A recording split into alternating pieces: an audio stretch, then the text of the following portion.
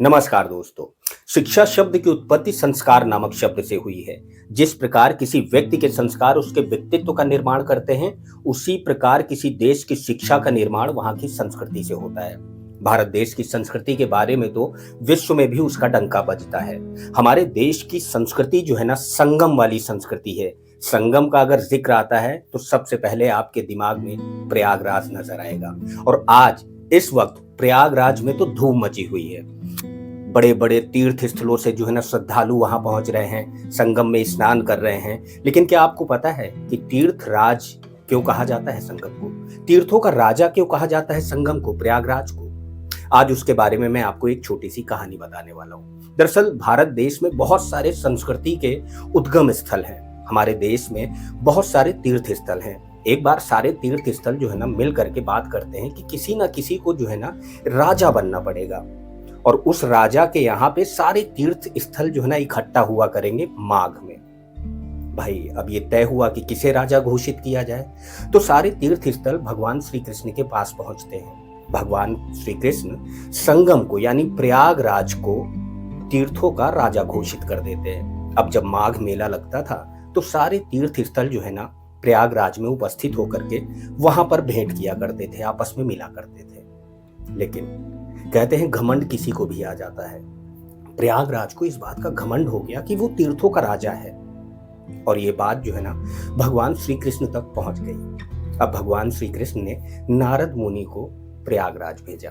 अब जब नारद मुनि प्रयागराज जाते हैं तो प्रयागराज से कहते हैं कि अरे आपके यहाँ तो सारे तीर्थों का जो है ना इस वक्त मेला जुटा हुआ है, लेकिन क्या आपको पता है एक तीर्थ स्थल आपके यहाँ नहीं आया है?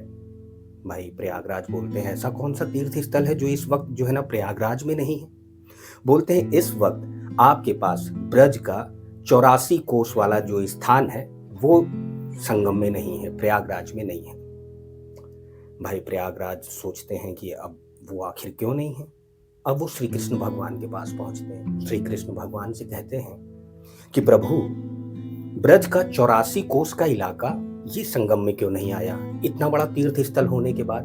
तो श्री कृष्ण भगवान प्रयागराज से कहते हैं कि वो कोई तीर्थ स्थल नहीं है, बल्कि वो मेरा निवास स्थान है। तीर्थराज प्रयागराज उस वक्त शर्मिंदा होते हैं और पूरी बात समझ जाते हैं। समझ तो आप भी गए होंगे। दरअसल संस्कृत में एक कहावत है, आदिदीत परम विद्या प्रत्यनादोरादप अंत्यादप परम धर्मम स्त्री रत्नम दुष्कुलादप। अर्थात सबसे पहले जो है ना हमें हर व्यक्ति से कुछ सीखने की चेष्टा करनी चाहिए। वो क्या है, कैसा है, इस बात को हमें जान लेना चाहिए। और अगर आप प्रयागराज जा रहे हैं, उस तीर्थ स्थान में जा रहे हैं, संगम में स्नान करने जा रहे हैं, तो आप अपने घर में ही सबसे पहले अपने अभिमान को छोड़ करके जाइएगा, अपने घमंड को छोड़ करके जाइएगा। क्योंकि सही मायने में प्रयागराज जाने का असली महत्व और उसका जो है ना आपको जो पुण्य प्रताप मिलेगा वो तभी मिलेगा। क्योंकि आप अगर जो है ना अपने मन में बहुत सारी विकार भावनाएं और बहुत सारे घमंड को लेकर के अगर प्रयाग जाते हैं तो आपको वो नहीं मिल पाएगा जिसकी सोच आपने पाल रखी है, जो आप पाना चाहते हैं। संस्कृत में एक कहावत है कि यथा खरस चंदन भारवाही वेत्ता नातु चंदनस। अर्थात वह गधा जिसके ऊपर चंदन की लकड़ियों का बोझ लाद दिया गया हो उसे बोझ ही जान पड़ता है, वो चंदन के महत्व को नहीं समझता।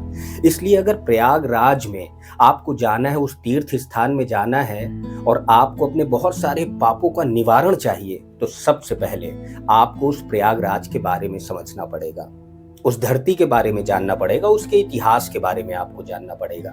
जब तक आप किसी धरती के बारे में, जिस स्थान में आप जा रहे हैं उसके बारे में आप नहीं जानते हैं, तो उस स्थान पर आपके जाने का कोई महत्व नहीं है। इसलिए जरा गौर से हमारे इस कार्यक्रम को पूरी तरीके से सुनिएगा।